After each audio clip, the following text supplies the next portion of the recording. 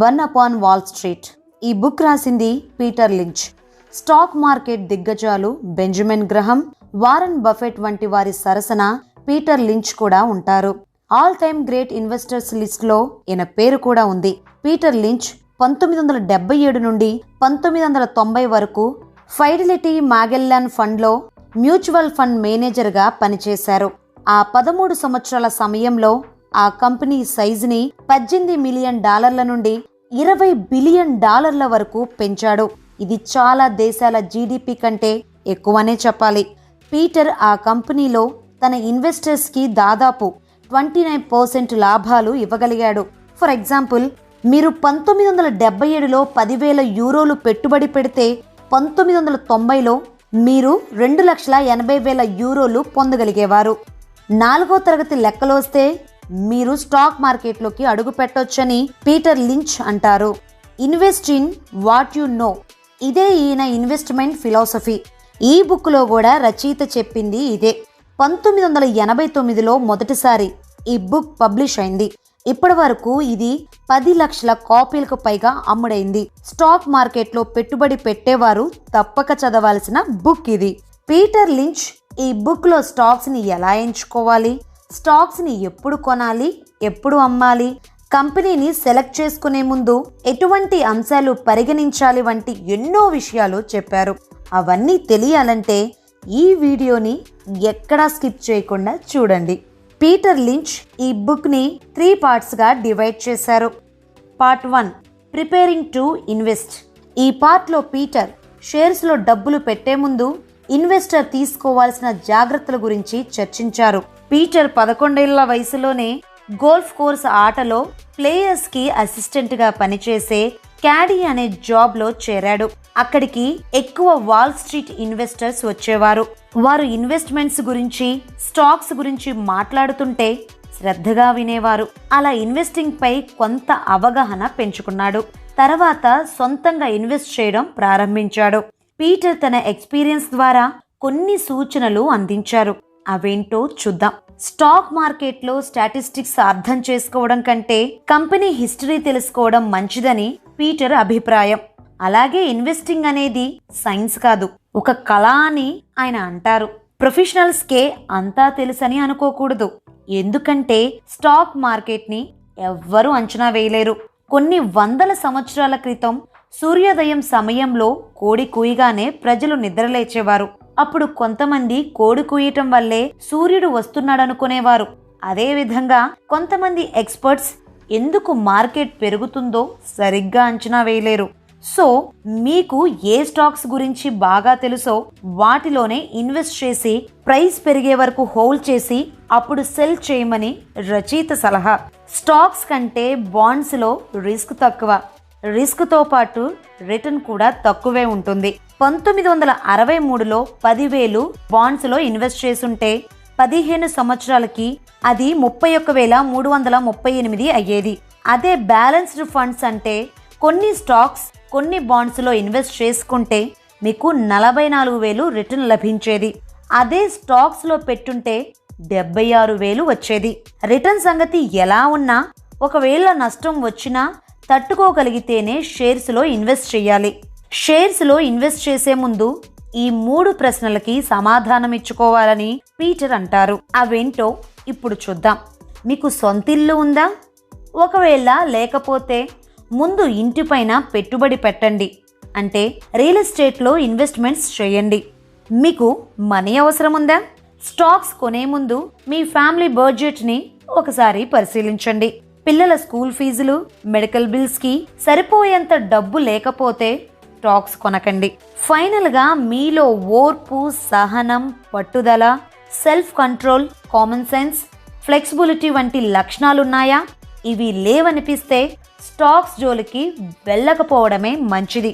వీటితో పాటు పీటర్ ఈ చాప్టర్లో మరికొన్ని సలహాలు కూడా ఇచ్చారు. అవేంటంటే స్టాక్ మార్కెట్లో కాదు, కంపెనీస్లో ఇన్వెస్ట్ చేయాలి. షార్ట్ టర్మ్ ఫ్లక్చువేషన్స్ని పట్టించుకోకండి. ఎకానమీ, మార్కెట్ని ఎప్పుడూ అంచనా వేయొద్దు. షేర్స్లో ఇన్వెస్ట్ చేయాలనుకుంటే లాంగ్ టర్మ్ పీరియడ్ని ఎంచుకోండి. షేర్స్లో ఇన్వెస్ట్ చేసే ముందు బాగా రీసెర్చ్ చేయండి. మీరు ఎంత నాలెడ్జ్ పెంచుకుంటే అంత మంచిది. షాపింగ్ చేసేటప్పుడు ఎలాగైతే ఓపికగా రీసెర్చ్ చేస్తారో, కనీసం అలాగైనా ఒక మంచి ఇన్వెస్ట్మెంట్ చేసే ముందు రీసెర్చ్ చేయండి. Part 2 picking winners. ఈ పార్ట్లో పీటర్ స్టాక్స్ ఎంచుకునే విధానాల గురించి, మంచి ఇన్వెస్ట్మెంట్స్ ఎలా చేయాలనే దాని గురించి చర్చించారు. పీటర్ ఈ బుక్లో 10 బ్యాగర్ అనే కొత్త పదాన్ని పరిచయం చేశారు. 10 బ్యాగర్ అంటే మీరు కొన్న ప్రైస్కి 10 టైమ్స్ లాభం తెచ్చిపెట్టే స్టాక్స్. ఇలాంటి 10 బ్యాగర్ స్టాక్స్ మన చుట్టూనే ఉంటాయి. మనమే వాటిని గుర్తించాలి. మీరు షాపింగ్ మాల్స్కి వెళ్ళినప్పుడు, రెస్టారెంట్కి వెళ్ళినప్పుడు జనం ఎలాంటి ప్రొడక్ట్స్ మీద ఎక్కువ ఖర్చు పెడుతున్నారో అబ్జర్వ్ చేయండి. అబ్జర్వేషన్తో పాటు కంపెనీస్ యొక్క స్టోరీ కూడా తెలుసుకోవాలి. మీకు ఏ ఇండస్ట్రీ మీద పట్టుంటే ఆ ఇండస్ట్రీలో ఉన్న స్టాక్స్లోనే ఇన్వెస్ట్ చేయటం మంచిది. స్టాక్స్లో ఇన్వెస్ట్ చేసే ముందు అది ఎలాంటి కంపెనీయో చూడాలి. పీటర్ కంపెనీస్ని 6 కేటగిరీస్గా విభజించారు. అవి ఏంటో ఇప్పుడు చూద్దాం. స్లో గ్రోవర్స్ అంటే ఇవి చాలా పెద్ద కంపెనీస్. వీటి గ్రోత్ మన దేశ ఎకానమీ గ్రోత్ కంటే కొంచెం ఎక్కువ ఉంటుంది. వీళ్ళు రెగ్యులర్గా డివిడెండ్స్ చెల్లిస్తారు. 2 to 4% కంటే ఎక్కువ గ్రోత్ని ఆశించకూడదు. సేఫ్ ఇన్వెస్ట్మెంట్స్ చేయాలనుకునేవారు ఇలాంటి కంపెనీస్లో పెట్టుబడి పెట్టొచ్చు. For example power grid corporation, Hindustan Unilever. Stalwarts అంటే మంచి ప్రాఫిట్స్ అందించే పెద్ద కంపెనీస్. ఇవి 30 to 50% రిటర్న్స్ అందిస్తాయి. ఎప్పుడు కొంటున్నారు, ఎంత ప్రైస్కి కొంటున్నారు, ఎంతకాలం హోల్డ్ చేస్తారనే దాన్ని బట్టి మీ లాభాలు ఉంటాయి. రెసిషన్ టైంలో కూడా ఇవి మీకు మంచి లాభాలు ఇస్తాయి. For example TCS, Infosys, Coca Cola, Colgate. Fast growers ఇవి చిన్న కంపెనీస్ అయినా కూడా 1 సంవత్సరంలో 20 to 25% గ్రో అవుతాయి. ఇవి తక్కువ టైంలో చాలా ఎక్కువ రిటర్న్స్ మీకు అందిస్తాయి. రిటర్న్స్తో పాటు రిస్క్ కూడా చాలా ఎక్కువే ఉంటుంది. మీ పోర్ట్ఫోలియోలో ఇలాంటి కంపెనీ 1-2 ఉండాలి. అంతకన్నా ఎక్కువ మంచిది కాదు. For example Walmart, Marriott. Cyclicals ఏవైతే కంపెనీస్ యొక్క సేల్స్, ప్రాఫిట్స్ పడుతూ లేస్తూ ఉంటాయో వాటిని సైక్లికల్స్ అంటారు. For example automobile companies, airlines, chemical industries. ఇలాంటి కంపెనీస్లో లాభం పొందాలంటే మీ టైమింగ్ కరెక్ట్గా ఉండాలి. అంటే ప్రైస్ తగ్గినప్పుడు కొని, పెరిగినప్పుడు అమ్మాలి. టర్న్ అరౌండ్స్ ఇవి తీవ్ర నష్టాల్లో ఉన్న కంపెనీస్. ఇలాంటి కంపెనీస్ రికవరీ అయితే గనక చాలా మంచి లాభాలు తెచ్చిపెట్టగలవు. సత్యం కంప్యూటర్స్ దీనికి బెస్ట్ ఎగ్జాంపుల్. కాకపోతే ఇలాంటి కంపెనీస్లో ఇన్వెస్ట్ చేసే ముందు బాగా రీసెర్చ్ చేయాలి. ఎందుకంటే ఏవైనా కంపెనీలు దివాలా తీస్తే మన పెట్టుబడి మొత్తం కోల్పోవాల్సి ఉంటుంది. ద అసెట్ ప్లేస్ మిగతా కంపెనీస్తో పోలిస్తే కొన్ని విలువైన ఆస్తులు కలిగి ఉండే కంపెనీస్ని అసెట్ ప్లేస్ అంటారు. క్యాష్ రిజర్వ్స్ ఎక్కువగా ఉండే కంపెనీస్ మార్కెట్ పడిపోయినప్పుడు కూడా బలంగా నిలబడగలుగుతాయి. కానీ ఇలాంటి కంపెనీస్ గురించి తెలియాలంటే ఆ కంపెనీల గురించి పూర్తి నాలెడ్జ్ ఉండాలి. అలాంటి కంపెనీస్ ఎప్పుడూ ఒకే కేటగిరీలో ఉండవని గుర్తుంచుకోవాలి. పీటర్ లించ్ పర్ఫెక్ట్ స్టాక్స్ అంటే ఏవి, ఎలాంటి స్టాక్స్ని అవాయిడ్ చేయాలో కూడా వివరించారు. పర్ఫెక్ట్ స్టాక్స్ అంటే ఈ క్యారెక్టర్స్ ఉండాలి. కంపెనీ పేరు బోరింగ్గా అనిపించాలి. ఎక్కువ హడావుడి ఉండకూడదు. ఆ కంపెనీ తయారు చేసే ప్రొడక్ట్ కూడా అంత గొప్పదై ఉండకూడదు. ఫర్ ఎగ్జాంపుల్ ఈ బుక్లో పీటర్ రెంట్ ఏ కార్ ఏజెన్సీ గురించి ప్రస్తావించారు. మీ కార్ రిపేర్కి ఇచ్చినప్పుడు ఆ ఏజెన్సీ వారు రిపేర్ అయ్యేంత వరకు మీకు ఒక కార్ రెంట్కి ఇస్తారు. ఇలాంటి కంపెనీస్ని ఎవరూ పెద్దగా గుర్తించరు. కానీ ఇలాంటివే మీకు ఎక్కువ లాభాలు తెచ్చిపెడతాయని పీటర్ అంటారు. ఒక కంపెనీ తనకంటూ సపరేట్ మార్కెట్ ఉంటే, అందులో బాగా రాణిస్తుంటే గనక అలాంటి కంపెనీస్ని సెలెక్ట్ చేసుకోవాలి. ఫర్ ఎగ్జాంపుల్ కోకోకోలా కంపెనీలో ఉన్నవారే ఆ కంపెనీ షేర్స్ కొంటుంటే ఆ కంపెనీ స్టాక్స్ని మీరు ధైర్యంగా కొనొచ్చు. కంపెనీ తన షేర్స్ని తానే బైబ్యాక్ చేస్తే ఆ కంపెనీ ద్వారా ఇన్వెస్టర్స్ మంచి లాభాలు పొందొచ్చు. ఇప్పుడు ఎలాంటి స్టాక్స్ని ఎంచుకోకూడదో తెలుసుకుందాం. హాటెస్ట్ స్టాక్స్ జోలికి వెళ్ళకూడదు. హాటెస్ట్ స్టాక్స్ అంటే పబ్లిసిటీ ఎక్కువై ఏ స్టాక్స్ గురించి అయితే ప్రతి ఇన్వెస్టర్ మాట్లాడుతాడో అలాంటివి. Next McDonald's, next IBM, next Disney అని పిలిచే కంపెనీస్కి దూరంగా ఉండాలి. ఒక కంపెనీ తరచూ ఇతర సెక్టార్లో ఉన్న కంపెనీస్ని తనలో కలుపుకుంటే అలాంటి వాటిని అవాయిడ్ చేయాలి.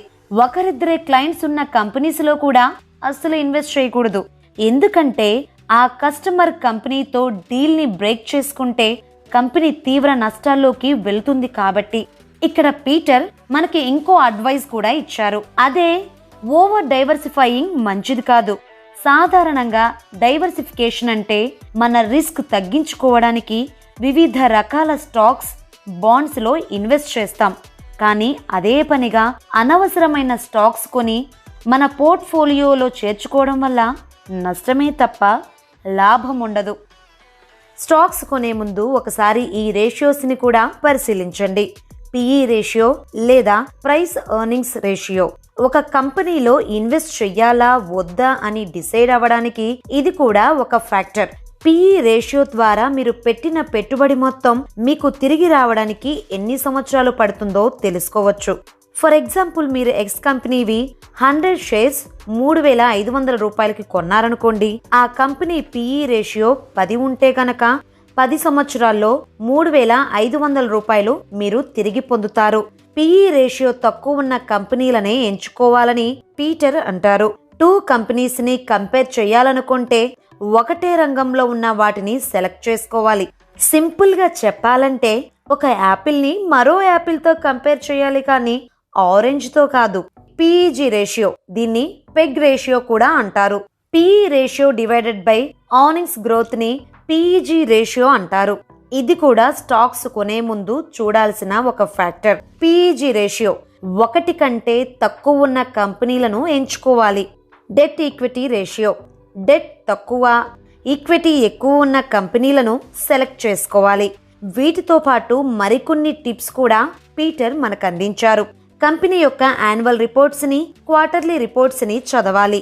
కంపెనీ యొక్క ప్రొడక్ట్స్ని ప్రజలు ఇంకా కొంటున్నారా లేదా అని అబ్జర్వ్ చేయాలి. కంపెనీ హెడ్ క్వార్టర్స్ని కూడా ఒకసారి విజిట్ చేయాలి. ఎక్కువ లాభాలు, చీప్ హెడ్ క్వార్టర్స్ ఉన్న కంపెనీలు చాలా మంచివని పీటర్ అభిప్రాయం. కంపెనీ ప్రతి ఏటా కండక్ట్ చేసే యాన్యువల్ జనరల్ మీటింగ్స్కి హాజరవ్వండి. మంచి యూస్ఫుల్ కాంటాక్ట్స్ మీకు అక్కడ దొరుకుతాయి. కంపెనీ ప్రొడక్ట్స్ వాడే కస్టమర్స్ యొక్క ఫీడ్బ్యాక్ తీసుకోండి. మీకు డౌట్స్ ఉన్నప్పుడు కంపెనీకి డైరెక్ట్గా కాల్ చేసి మాట్లాడండి. సాధారణంగా 100 షేర్స్ కంటే ఎక్కువ ఉన్న వారి కాల్స్నే కంపెనీస్ యాక్సెప్ట్ చేస్తాయి. వారంలో కనీసం 1 గంటైనా ఇన్వెస్ట్మెంట్స్ మీద రీసెర్చ్ చేయండి. కంపెనీ ఒక అసెట్స్కి తన బుక్స్లో చూపించే బుక్ వాల్యూ చూడకండి, దాని రియల్ వాల్యూనే గుర్తించండి. కంపెనీ యొక్క డివిడెండ్ ట్రాక్ రికార్డ్ని చెక్ చేయండి. చివరగా కంపెనీ గ్రోత్ రేట్ 1 సంవత్సరంలోనే 50 నుండి 100% ఉంటే అలాంటి కంపెనీకి దూరంగా ఉండండి. Part 3, the long term view. ఈ పార్ట్లో మన పోర్ట్ఫోలియో ఎలా ఉండాలి, స్టాక్స్ ని ఎప్పుడు కొనాలి, ఎప్పుడు అమ్మాలి, ఆప్షన్స్ అండ్ ఫ్యూచర్స్ గురించి పీటర్ చర్చించారు. స్టాక్ మార్కెట్లో మీకు మంచి లాభాలు రావాలంటే ముందు మీది long term investment mind set అయి ఉండాలి. మీకు మల్టీ బ్యాగర్ స్టాక్స్ కావాలంటే మీరు ఎక్కువ స్టాక్స్ ని కొనాలి. కొన్న వాటిలో ఏదో ఒక స్టాక్ మల్టీ బ్యాగర్ ప్రాఫిట్స్ ని మీకు అందిస్తుంది. పీటర్ పోర్ట్ఫోలియోని ఒకసారి పరిశీలిస్తే అతను తన పెట్టుబడి మొత్తంలో గ్రోత్ స్టాక్స్ లో 30-40%, స్టాల్వార్ట్స్ లో 10-20%, సైక్లికల్స్ లో మరో 10-20% పెట్టిన తర్వాత మిగిలిన అమౌంట్ మొత్తం టర్న్ అరౌండ్ కంపెనీస్ లో పెట్టుబడి పెడతారు. పీటర్ స్టాక్స్ ని ఎప్పుడు కొనాలో ఒక్క మాటలో చెప్పారు. మీకు ఎప్పుడు స్టాక్స్ మంచి ధరలో లభిస్తే మీరప్పుడు స్టాక్స్ కొనొచ్చు. ముఖ్యంగా ఇయర్ ఎండింగ్ లో మార్కెట్ కుప్పకూలిన సమయంలో మంచి స్టాక్స్ కూడా మీకు చీప్ గా దొరుకుతాయి. కాబట్టి అప్పుడు కొనడం మంచిదని పీటర్ సలహా. When to cell. అసలు మీరు స్టాక్స్ ఎందుకు కొన్నారో తెలిస్తే ఎప్పుడు అమ్మాలో కూడా మీకే తెలుస్తుంది. ఇక్కడ కేటగిరీ వైజ్ గా ఎప్పుడు అమ్మాలో పీటర్ మనకు వివరించారు. Slow growers. ఈ కంపెనీస్ కొత్త ప్రొడక్ట్స్ ని డెవలప్ చేయనప్పుడు, సంబంధం లేని రకరకాల కంపెనీలను ఎక్వైర్ చేసినప్పుడు స్టాక్స్ ని అమ్మాలి. స్టాల్వార్ట్స్. ఈ కంపెనీస్ పిఈ రేషియో 15 నుండి అదే ఇండస్ట్రీలో ఉన్న కంపెనీస్ యొక్క పిఈ రేషియో 11 నుండి 12 ఉన్నప్పుడు ఆ కంపెనీ యొక్క ఆఫీసర్స్ లేదా డైరెక్టర్స్ వేరే షేర్స్ ని కొన్నప్పుడు స్టాక్స్ అమ్మాలి. సైక్లికల్స్ ప్రొడక్ట్స్ యొక్క డిమాండ్స్ పడిపోతున్నప్పుడు పాత ఫ్యాక్టరీని రీడిజైన్ చేయకుండా కొత్త దాని కోసం ఎక్కువ డబ్బులు ఖర్చు చేసినప్పుడు స్టాక్స్ అమ్మాలి. ఫాస్ట్ గ్రోవర్స్ ఇద్దరు ఎగ్జిక్యూటివ్స్ లేదా కీ ఎంప్లాయీస్ కంపెనీని వదిలి వెళ్తున్నప్పుడు పిఈ రేషియో 30 నుండి ఎర్నింగ్స్ గ్రోత్ 50 to 20% ఉన్నప్పుడు స్టాక్స్ అమ్మాలి. టర్న్ అరౌండ్ డెట్ ఒకేసారి పెరిగినప్పుడు కంపెనీ ప్రాఫిట్స్లో 50% ఒక కస్టమర్ నుండే వచ్చినప్పుడు అండ్ ఆ కస్టమర్ ఇప్పుడు నష్టాల్లో ఉంటే స్టాక్స్ అమ్మాలి. అసెట్ ప్లేస్ కంపెనీ యొక్క సేల్స్ ప్రొజెక్షన్స్ 20 మిలియన్ రూపీస్ ఉండి యాక్చువల్ సేల్స్ కేవలం 12 మిలియనే ఉన్నప్పుడు ఇన్స్టిట్యూషనల్ ఓనర్షిప్ 25% నుండి 60%కి పెరిగినప్పుడు స్టాక్స్ని అమ్మేయాలి. ఇన్స్టిట్యూషనల్ ఓనర్షిప్ అంటే కంపెనీ యొక్క షేర్స్లో mutual funds, investment firms, insurance companies వాటా పొందటం. స్టాక్స్ ప్రైస్ గురించి ఇన్వెస్టర్స్ తప్పుగా భావించే కొన్ని విషయాలను కూడా పీటర్ ప్రస్తావించారు. అవేంటంటే స్టాక్ ప్రైస్ ఇప్పటికే చాలా పడిపోయింది, ఇంతకంటే కిందకు వెళ్ళదు అనుకోవడం తప్పు. ఎందుకంటే షేర్ ప్రైస్ ఎంతవరకు పడవచ్చో ఎవరూ అంచనా వేయలేరు. అదే విధంగా స్టాక్ ప్రైస్ పెరిగినప్పుడు ఇక ఇంతకంటే పెరగదు అనుకోకూడదు, ఇంకొంచెం పెరిగాక అమ్మేస్తా అని అనుకోవద్దు. కంపెనీ గనుక మీ కండిషన్స్ ని మీట్ అవ్వకపోతే వెంటనే అమ్మేయండి, వెయిట్ చేయొద్దు. ఎవరో లాభం పొందిన షేర్స్ గురించి ఆ షేర్స్ ను నేను కూడా కొని ఉంటే లాభపడేవాడిని కదా అని బాధపడకూడదు. ఇక్కడ మీరు నష్టపోయింది ఏమీ లేదని గుర్తుంచుకోవాలి. మీరు అనుకున్నట్లు స్టాక్స్ 1-2 సార్లు పెరిగినంత మాత్రాన మీ ప్రెడిక్షన్ కరెక్ట్ అని భావించకూడదు. స్టాక్ మార్కెట్లో ప్రెడిక్షన్ చాలా ప్రమాదకరం. ఫ్యూచర్స్ అండ్ ఆప్షన్స్ అసలు ఇవేంటో ముందు తెలుసుకుందాం. ఫ్యూచర్స్ అండ్ ఆప్షన్స్ ని డెరివేటివ్స్ అంటారు. ఫ్యూచర్స్ అంటే ఒక సెక్యూరిటీ లేదా అసెట్ యొక్క ఫ్యూచర్ ప్రైస్ మీద బయర్స్కి సెల్లర్స్కి మధ్య జరిగే ఒక ఒప్పందం. For example oil prices, gold prices వంటివి ఎప్పుడు ఎంత పెరుగుతాయో తగ్గుతాయో చెప్పలేం. కాబట్టి ఫ్యూచర్స్ కాంట్రాక్ట్లోకి ఎంటర్ అయితే గనక భవిష్యత్తులో మీరు అసెట్ కొనే రోజున ఉన్న ప్రైస్తో సంబంధం లేకుండా అగ్రిమెంట్ ప్రకారం అసెట్ కొనొచ్చు. ఆప్షన్స్ అంటే సింపుల్గా చెప్పాలంటే క్రికెట్ బెట్టింగ్ లాంటిది. కాకపోతే ఇక్కడ బయ్యర్ కొంత అమౌంట్ని సెల్లర్కు అడ్వాన్స్గా చెల్లించాలి. దాన్నే ప్రీమియం అంటారు. షేర్ మార్కెట్కి డెరివేటివ్ మార్కెట్కి చిన్న తేడా ఉంది. షేర్ మార్కెట్లో షేర్స్ ఎక్స్చేంజ్ చేసుకుంటారు. డెరివేటివ్స్లో కేవలం ఒప్పంద పత్రాలు ఎక్స్చేంజ్ చేస్తూ ఉంటారు. పీటర్ తన ఇన్వెస్ట్మెంట్ కెరీర్లో ₹1 కూడా డెరివేటివ్స్లో ఇన్వెస్ట్ చేయలేదట. మీరు ప్రొఫెషనల్ ట్రేడర్స్ అయితే తప్ప వీటి జోలికి వెళ్ళొద్దని పీటర్ సలహా ఇస్తున్నారు. ఈ పార్ట్లో పీటర్ మనకిచ్చిన మరికొన్ని సలహాలు కూడా చూద్దాం. స్టాల్ వాట్స్లో ఫాస్ట్ గ్రోయింగ్ కంపెనీస్లో ఇన్వెస్ట్ చేస్తే మీరు ఎక్కువ లాభం పొందవచ్చు. స్టాక్ ప్రైస్ తక్కువ ఉందని ఫండమెంటల్ స్ట్రాంగ్గా లేని కంపెనీ షేర్స్ని కొనకూడదు. ప్రతి 3 నెలలకు ఒకసారి కంపెనీ పొజిషన్ ఎలా ఉందో గమనిస్తూ ఉండండి. స్టాక్ మార్కెట్లో మీరు రాణించలేరని భావిస్తే మ్యూచువల్ ఫండ్స్లో ఇన్వెస్ట్ చేయండి. చివరగా ఎల్లప్పుడూ కొత్త ఐడియాస్ కోసం ఓపెన్ మైండ్తో ఉండండి. సో ఫ్రెండ్స్, ఇక్కడతో ఈ బుక్ సమ్మరీ పూర్తయింది. ఇప్పుడు ఒకసారి ఈ వీడియోలో చెప్పుకున్న కీ పాయింట్స్ని రివైజ్ చేద్దాం. ఇన్వెస్టింగ్ అనేది సైన్స్ కాదు, అదొక కళ. మీకు బాగా తెలిసిన స్టాక్స్లోనే పెట్టుబడి పెట్టండి. ఒక కంపెనీ గురించి బాగా రీసెర్చ్ చేసిన తర్వాత మాత్రమే అందులో ఇన్వెస్ట్ చేయండి. లాంగ్ టర్మ్లో ఇన్వెస్ట్ చేయాలనే మైండ్ సెట్తోనే స్టాక్ మార్కెట్లోకి అడుగు పెట్టండి.